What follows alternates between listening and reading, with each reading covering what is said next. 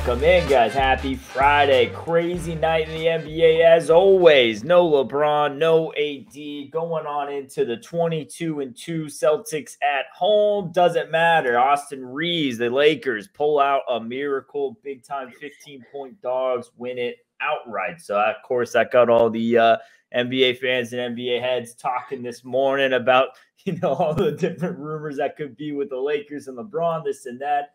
Just a crazy game there in itself. Memphis, hard fought there against Cleveland. They just keep hanging right next to the number. And as far as the other two games, the Knicks stayed red hot. And Tyrese Maxey, 51 to top off the nightcap. No Embiid, no problem. So crazy day, big injuries. Didn't matter yesterday. Knicks, obviously, no Randall, no OG. Didn't matter for them either, John. Three big teams. Three big injuries. They all got it done. And, hey, even the Grizzlies, 15 guys on the injury report. Doesn't matter. They get the cover as well.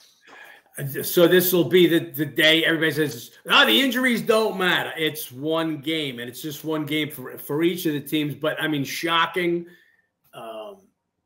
Boston, we talked about it yesterday. They've come down from where they were. There's been regression. They were just playing absolutely out of their minds. Yep. Oh, it's 20-0. Now, all of a sudden, since losing that first home game to Denver, they lost to the Clippers after that, didn't cover Pacers or Pelicans, and then get beat. No AD, no LeBron, and this is your NBA. Yeah, same thing with the Knicks. No Randall, no OG, Grimes to a lesser degree, but now a third rotation player out, and it doesn't matter because Brunson goes for 40, and then they get a W over the Pacers. Talking about the Pacers a little bit. They're limiting Halliburton, and for Massa Edge members, if you look in the ratings today, what I've actually I put Halliburton in the injured box, but as not 100%. So that rating is what they are now using him that 22 or so minutes, so not a full rating. Philly gets some bad news. It looks like Embiid's going to be out for a while. Conflicting reports whether the meniscus is torn or not. If it's torn, he's over for the season. Go say goodbye to that MVP one way or the other because he's going to miss the next few games. At least they said he's out at least through the weekend until they come up with a plan. Again, if it's torn, it's season over. And Maxey comes with 51, 17 for 24, 7 for 10 on 3 unconscious last night. And it's just this is no form. Just no form to the NBA this year. And that's what we rely on, trends. Not just guys coming out with ridiculous game out of nowhere every game. Yes, that's going to happen once in a while. It just seems this year has been at a ridiculous pace. We've seen just in the last couple of weeks, Charlotte is a 14-point dog go to Minnesota and take them down. It's just almost a weekly thing at this point. So a pretty crazy game with just 4 games last night. Big card so far today. One bet we made yesterday got a nice little jump on the points, and we'll see what the rest of the card has in touch for us. As always, plenty of question marks. Yeah, pretty big card. We'll go ahead and jump through it really quick, guys. As always, like, comment, subscribe below. And, of course, Mondays and Fridays can catch us on Instagram Live at Massa Edge, where it will be. So go ahead and check that out. Let's go ahead and start this off. Heat at Wizards. Heat coming off the first win to snap the 7-game losing streak. They're catching Sacramento in that one. Robinson, he's going to remain out. And this Wizards team, another home loss. This one against the Clippers. No cover. They've now dropped 9 in a row at home, 3-6 against the spread. This would be a lean here to Miami. They break the skid with the win at home against Sacramento. Last game of a homestand, come out on the trip, and not much a better team you could want to face to start off a road trip than going to Washington. As far as the matchup history, Wizards did play this a bit tough. They split meetings last year. Wizards won both meetings in Washington. Still, though, this Washington team has just regressed more and more, and no interest in backing a team here who's lost 9 in a row at home. I'm not advocating laying this big number with Miami on the road, but don't like this Wizards team the way they're playing right now. Yeah, I don't like the way the Wizards are playing. Poole was a late scratch just before the last game. I mean, we didn't get that information until basically the game was tipping off.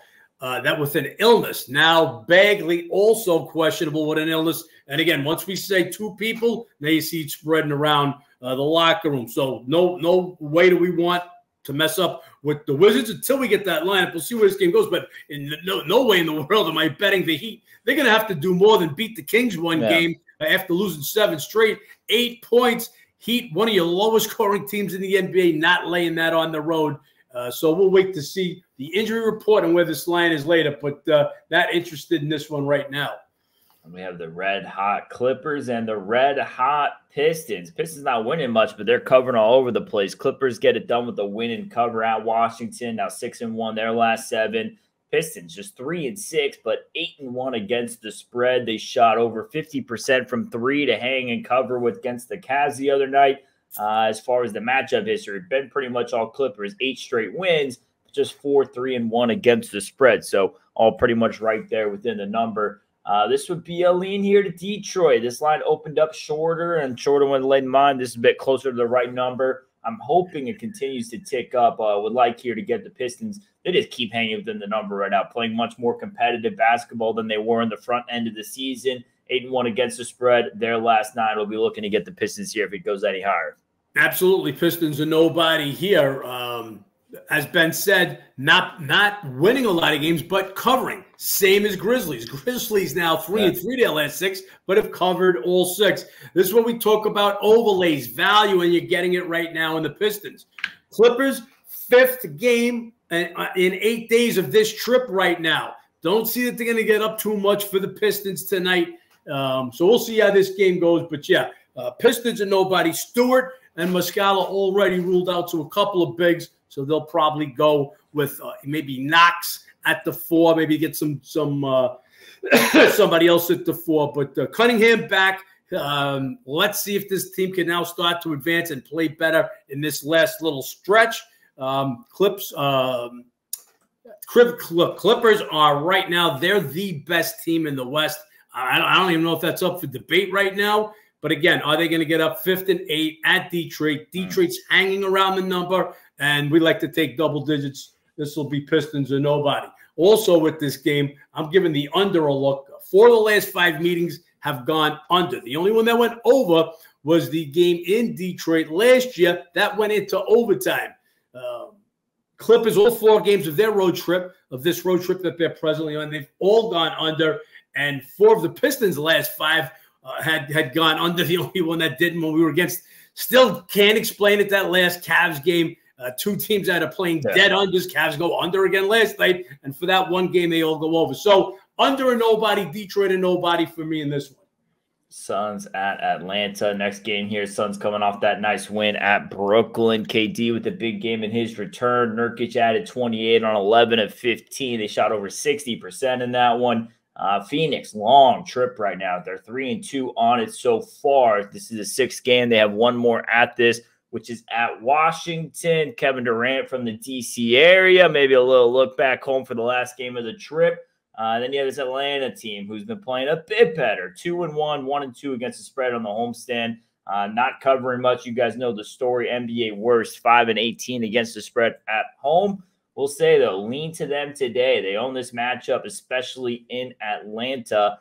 They won the last 9 meetings in Atlanta, 6-3 against the spread. They've covered each of the last 5. This would be Hawks or nothing here in my eyes. Want to see this number again tick up a little bit more here, see what we can get with the home dog. But you have KD going off the return to Brooklyn, goes home back to D.C. after this one. Might just be a little bit of an emotional middle for him. And Atlanta, yes, they don't cover much at home, but oftentimes laying points, not many times catching points.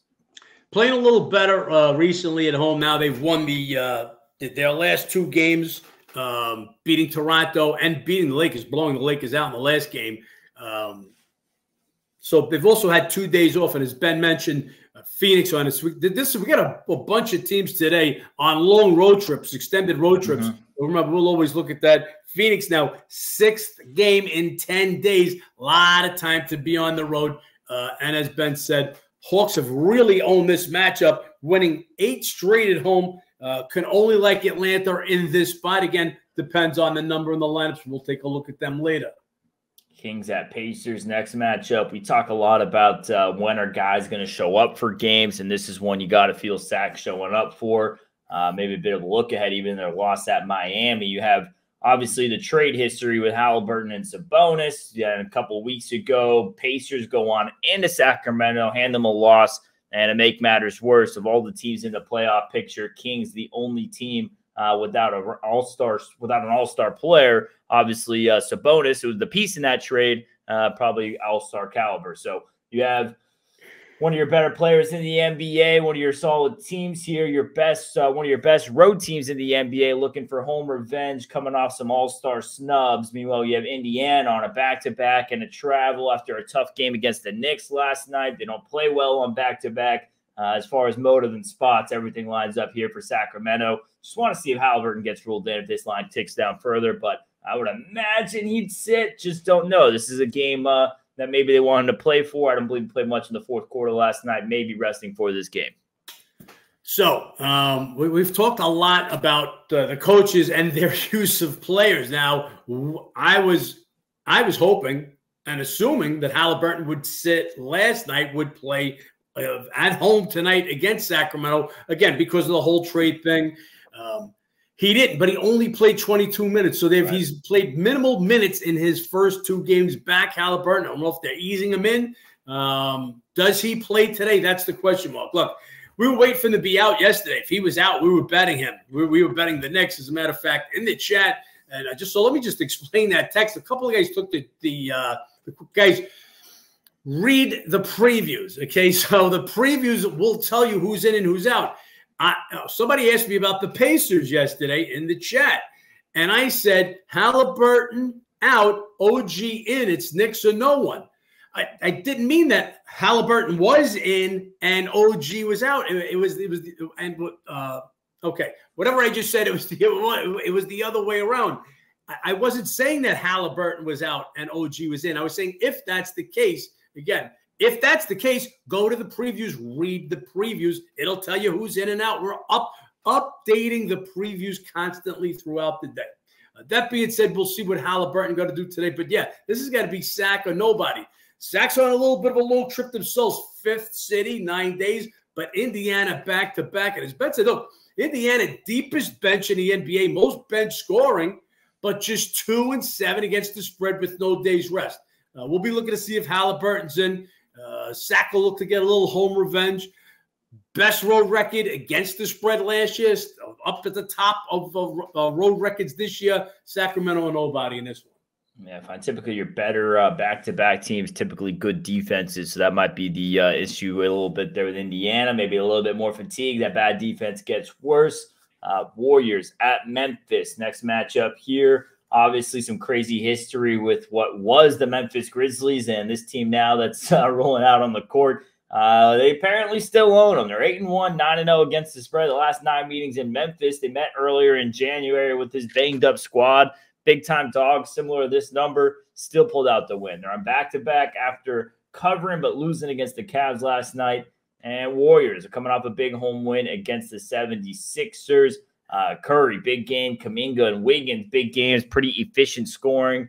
And no Klay Thompson in that. So you got to wonder. I mean, Wiggins has really been struggling. Kuminga's been playing a lot better lately. But both those two guys playing off big games right there has had a little effect of Klay or no Klay. So something to look at there. But either way, forget the back-to-back, forget everything else. That's a home trend I will not break. 8-1, 9-0 last 9 meetings. They've covered 6 straight games overall. Grizz are nobody here. So let's go back with Kuminga first. It's been since he was outspoken about his lack of minutes with Steve Kerr. Oh, this kid has been on an absolute tear. And that's even now with Dre coming back. You could understand when Dre's out. But he's just been on an absolute tear. Klay, that was an illness. He'll be back for the game tonight, but Saric will be out. They've been switching back and off. They just put him back off the bench. He was starting while Dre was getting up to speed. Can't buck this trend. As long as they got Grizzlies on the front of their jersey, it's just that's what they've been doing. They've been winning. Last night, wanted to take 9 on the game, but we were willing even to take 8.5 at the last minute. They They announced Tillman out also, and the amount of bodies, you're just like, who do they have playing out there? But the Grizzlies just keep getting it done. Now they've dropped 3 straight, covered all 3 of them, and won the prior 3.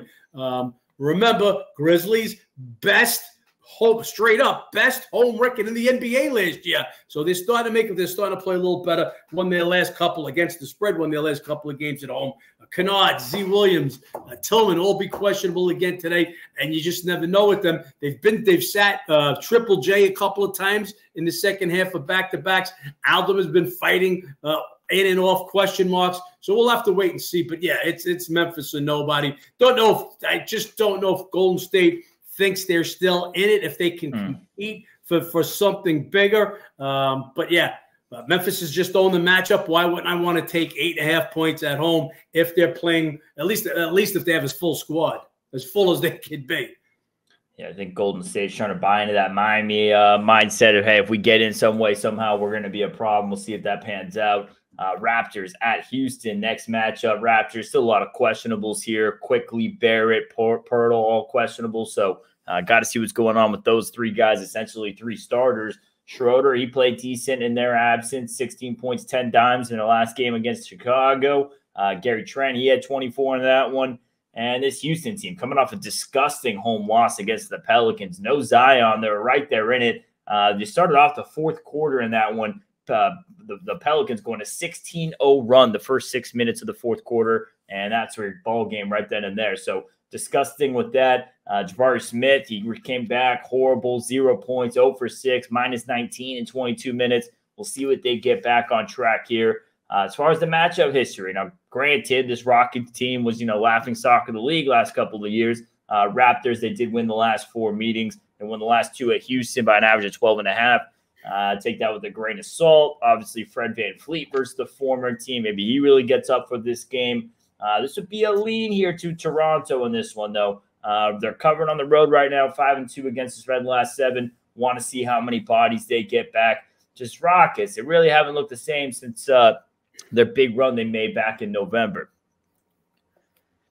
Yeah, well, we'll see what the Rockets are looking like. They just buried the Lakers the game before, and then just they lay an egg against the Pelicans. With that being said, I will say our next game, New Orleans, one of the reasons we bet them, 5-1 straight up against the spread, last 6 without Zion. So Zion missed that game. But anyway, getting back to the Rockets game, this is strictly got to find out what Toronto's doing here. As Ben said, 3 starters. Polo's been out since, I believe, January 7th. Quickly's missed the last 3, and Barrett missed the last 2. Barrett quickly had off the nice starts right after the trade. And then it was when Siakam got traded that this team went down in a nosedive. Now, they step up just good enough to beat the Bulls on a 5.5-point move the other day when we laid Bulls minus 1.5, and they go into Chicago, beat them outright. Now they've had 2 days off. They're on a road trip, 3rd city in the 6th day, but 2 days off. So they had a little layover. Let's see how they'll go play Houston. Does Houston respond?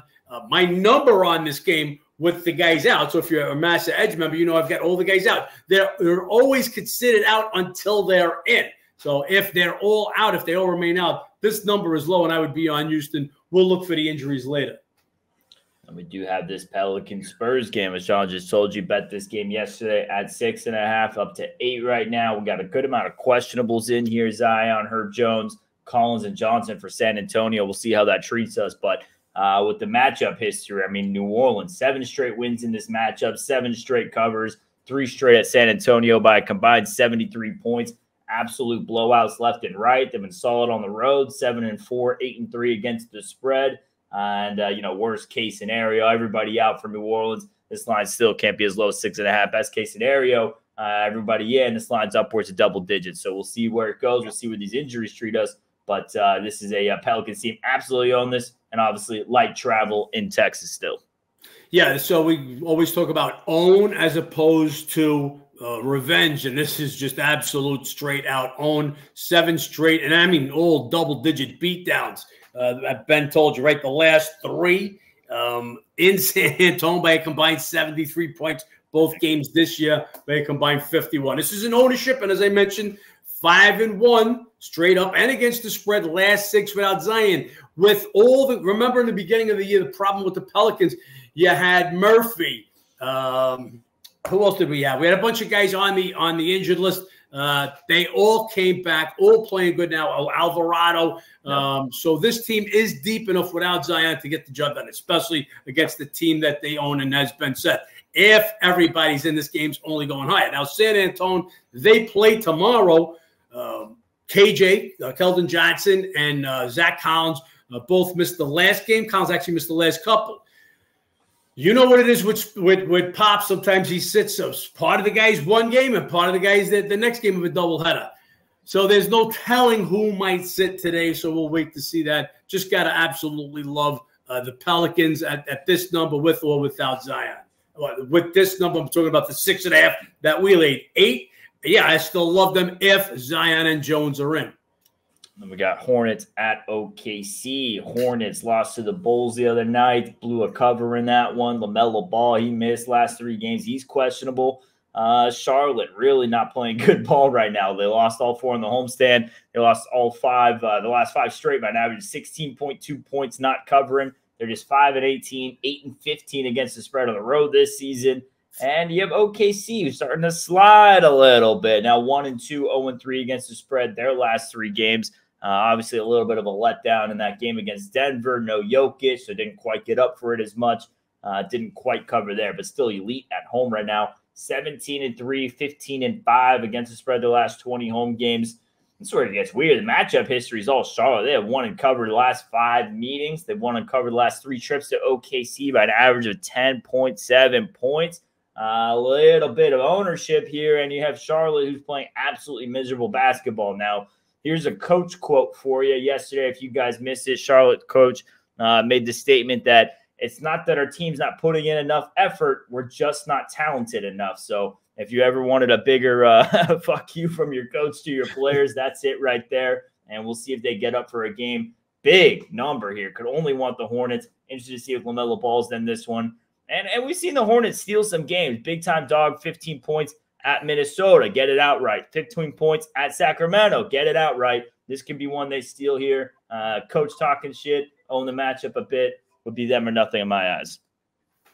I'm going to agree with you, Ben. OKC going to be hard-pressed to get up for this game. Yes, they played Denver without Jokic, but it's going to be tough for them to get up for this game here. 16 points, a heck of a lot of points, but Charlotte is that bad that it's really tough to pull the trigger on them. Bulls missed the last few games. Remember, they traded Rozier, who just hasn't panned out in Miami, but when he was playing with Charlotte, he's their top scorer. So you take Bull, you take Rozier, you got Hayward gone, you got Williams the center. You just got a decimated team there. Going to be tough for them going into OKC. What I will say, OKC is 4th in the league, scoring about $1.20 a game. Let me just get my numbers up, guys. $1.20 a game, but now there's in the last 4, their average is just 104.3 points per game. So if you're not going to score a lot, it's going to be tough to cover 16. So I'm going to be Charlotte or nobody holding my nose, but that doesn't mean I'm on Charlotte just yet. We'll see what happens to the line and the lineups later on. Yeah, Jalen Williams been a big loss these last few games there for the OKC, part of that scoring drought. Magic at Minnesota. Next matchup here. Magic coming off a nice win at San Antonio. Banchero, he got the first All-Star bid last night, so he celebrated that. You have this Minnesota team coming off a big, easy win against a shorthanded Dallas Mavericks team. Really pulled away in the second half. They're 4-1, their last 5. As far as the matchup history, you have the Wolves who got it done. 20-point blowout in Orlando just a few weeks ago. And Magic, they have won the last 4 trips to Mini, 3-1 against the spread. Maybe a bit of home revenge here, a place they feel familiar with. We saw Maxey drop 51 points after his first All-Star nod. We'll see what Banchero has in store here tonight. Yeah, you've got Orlando, third city, 5 days. Mini coming off that breeze of a win against a Dallas team that sat their entire starting 5. So you're pretty much looking at numbers here. My straight-up numbers say 7. Little higher with Minnesota being home, no travel. Little more with Orlando having travel, but then you get the home revenge. So I'm a little bit under the 7 number in this one. If it goes any higher, it would be Magic or nobody for me. That being said, you've also got the NBA's team that allows the fewest points per game, Timberwolves, and the Magic, who are 6th allowing points. So you should have a low-scoring game. You'd get 8 points or so in a low-scoring game with home revenge. It would be Magic or nothing for me. And last game on the card, Blazers at Nuggets. You have Blazers coming off a nice win, double-digit dogs against the Bucks, pull it out. Simons and Ayton, solid games in that one. Portland just been covering at home lately, not as much on the road. They're just 2-10, 3-9 against the spread their last 12 road games, and now they're going to one of the hardest buildings to play in Denver. Jokic, he is questionable, missed that last game. Interested to see if that was more of a resting spot or if there's actually a little bit of an issue going on here. So waiting to see what's going on with him a little bit more. As far as the matchup history, all Denver 8-2, 7-3 against the spread the last 10, and 6 straight wins, 6 straight covers in Denver. Again, tough place to play, and Portland not getting it done on the road in a letdown spot. If Jokic is out, I would like the Nuggets here at a much cheaper price. I want to see how high it would go if Jokic is in. Yeah, so if you're a follower of us of ours for a while, you know a couple years back we were talking about Jokic as a 7 points worth to the stood. Now that was without Murray. He's got his beta back now, so somebody can pick up the scoring, and we saw that in the last game against Oklahoma City. They lost it, but they covered. 2 games so far this year without Jokic. Remember, early in the season, they go to the Clippers without Jokic, and they bust them up outright. So they win that one. They lose at OKC the other night, but they cover. So 1-1 straight up, 2-0 against the spread. And it's now an overlay when Jokic is out. So let's see what happens with him today. This is the first of a 2-game set. Excuse me. And Denver just absolutely owns Portland in Denver, beating them the last 6 by an average of 18.2 points per game. I think you couldn't get a better spot. Portland coming off the huge win over Lillard and the Bucks in Lillard's return to Portland. Denver coming off another road loss at Oklahoma City. They'll be fired up for this one. This will be a double-digit win. We'll see whether Jokic is in or not. If he's out, we might be able to steal a low number on this one. Big ownership day in the NBA, guys. Orlando, they won 4 straight at Mini. Denver, 6 straight in Denver against the Blazers. Pelicans, 7 straight against the Spurs. Hornets, 5 straight against OKC. Grizzlies, 8-1, 9-0 against the spread last 9 in Memphis. Hawks, 9 straight in Atlanta versus Phoenix. So big ownership card. We'll see how much of that lives up to what it is and see if the trends are trending today. Yep. That's it, guys. You want to join us on Instagram. From here on in, we'll be Mondays and Fridays, and we'll be doing it from the Massa Edge. So tune in if you want to ask your questions. And always here is always a great spot. Matter of fact, has there been any questions that we want to get answered for the guys, Ben? Let me double check some of the YouTube comments. As always, guys, any questions, anything you want to get across to us, go ahead and drop them in the comments. I'm going to pull this up here. Let's see if we can load this up. Just give you guys a quick check. The NFL game, not much movement at all. Back and forth off 2. Actually got 2 minus 108 right now, as I'm sure you guys are aware, at DraftKings. Only 2.5 I see is Pinnacle. They got 2.5, but you only lay 0.2 with the 49ers. So 2.5 looks like that's going to be your number. Not much movement. Millions of dollars already baked into this game. So unless there's a big injury coming up, I'm waiting to see if Thuney, the offensive guard for the Chiefs, if he's going to be back. We'll make our decision shortly. Yeah, not much questions, some funny statements. KP Dizzle, even if the Ravens didn't have those turnovers, there was no way the refs were going to let them win the game. The officiating was disgusting. Officiating was kind of rough in that game, but some of it, I mean, it was just warranted. Really, just young, stupid mistakes, the unnecessary roughness, and et cetera, different things like that. For game plan. You're the best rushing team in the NFL. Fucking run the ball down Kansas City's throat, who had problems stopping the Bills the week before. It's a 4-quarter game, so you fall behind a 7 early. Impatience. That's all I could say. That's I'm so aggravated losing games like that you just really shouldn't lose. That it led to 3 turnovers, so just a tough one. we'll put that in the past, though. So, yeah, NBA big weekend. We get a big card tonight. Few games tomorrow, and then another decent card Sunday because there's no football. So stick with us through the weekend. And, again, for you guys, you're going to want to follow the Massa Edge page on Instagram. That's going to be holding all of our basketball, all of our sports betting content.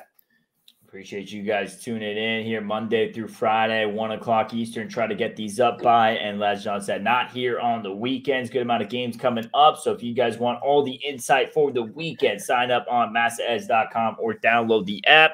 Other than that, let's see if we can get back on the right track here with some of these bets we got out today. Let's make some money, John. Let's make some money.